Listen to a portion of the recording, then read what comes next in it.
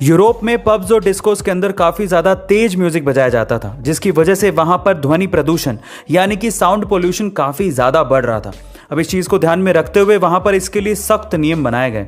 अब पब मालिकों को इन नियमों का पालन भी करना था, लेकिन डिस्को में बिना तेज म्यूजिक के मजा भी कैसे आता। तो पब मालिकों ने डिस्को का एक नया तरीका ही निकाल लिया। अब वे पब में वायरलेस हेडफोन्स को यूज कर रहे हैं, यानी कि अब जो भी पब में आता है उसे हेडफोन दिया जाता है और सभी हेडफोन्स में एक ही तरह का म्यूजिक बजता है। अब इससे क्या फायदा हुआ? इससे तेज आवाज का मजा भी आया और साथ ही साथ साउंड पोल्यूशन को भी कंट्रोल कर लिया गया।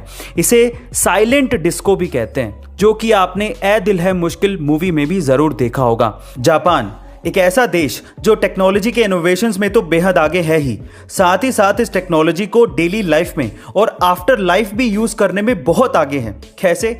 एक और एग्जांपल देखिए। जापान में अब ग्रेव्स यानी कि कब्र के ऊपर भी क्यूआर कोड लगा दिए गए हैं। अब इससे क्या होगा?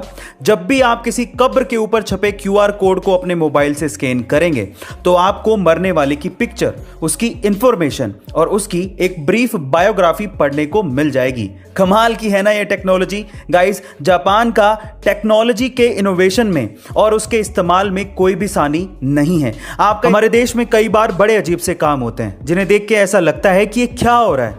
हम लोग कहां और किस मेंटेलिटी के साथ जी रहे हैं ये समझ ही नहीं आता। जैसे कि हम भारतीय अपने फोन की स्क्रीन को स्क्रैचेस से बचाने के लिए महंगे से महंगा स्क्रीन गार्ड लगवा लेंगे, लेकिन बाइक चलाते वक्त एक्सीडेंट से हमारे सिर को बचाने वाले हेलमेट पर पैसा खर्च करने से कतराते हैं।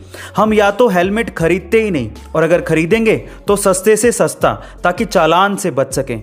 यह सच बात है या नहीं बताइएगा जरूर। दूसरा, जितने मैरी कॉम ने इंडिया का नाम रोशन करके पूरी जिंदगी में नहीं कमाए होंगे, उससे कहीं ज्यादा प्रियंका चोपड़ा ने मैरी कॉम का किरदार निभाकर कमा लिए।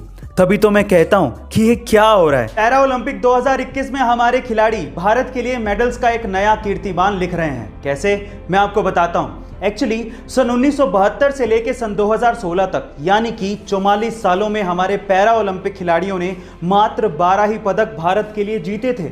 लेकिन अकेले साल 2021 में हमारे पैरा ओलंपिक खिलाड़ी अभी तक 12 मेडल जीत चुके हैं और भी मेडल आने बाकी हैं।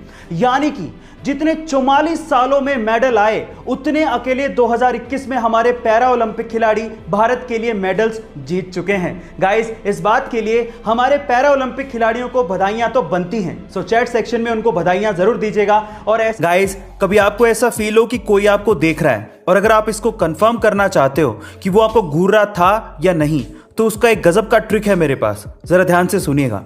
आपको क्या करना है, आपको उसी वक्त उबासी लेनी है और फिर देखो कि क्या वो बंदा या बंदी उसी वक्त उबासी ले रहा है।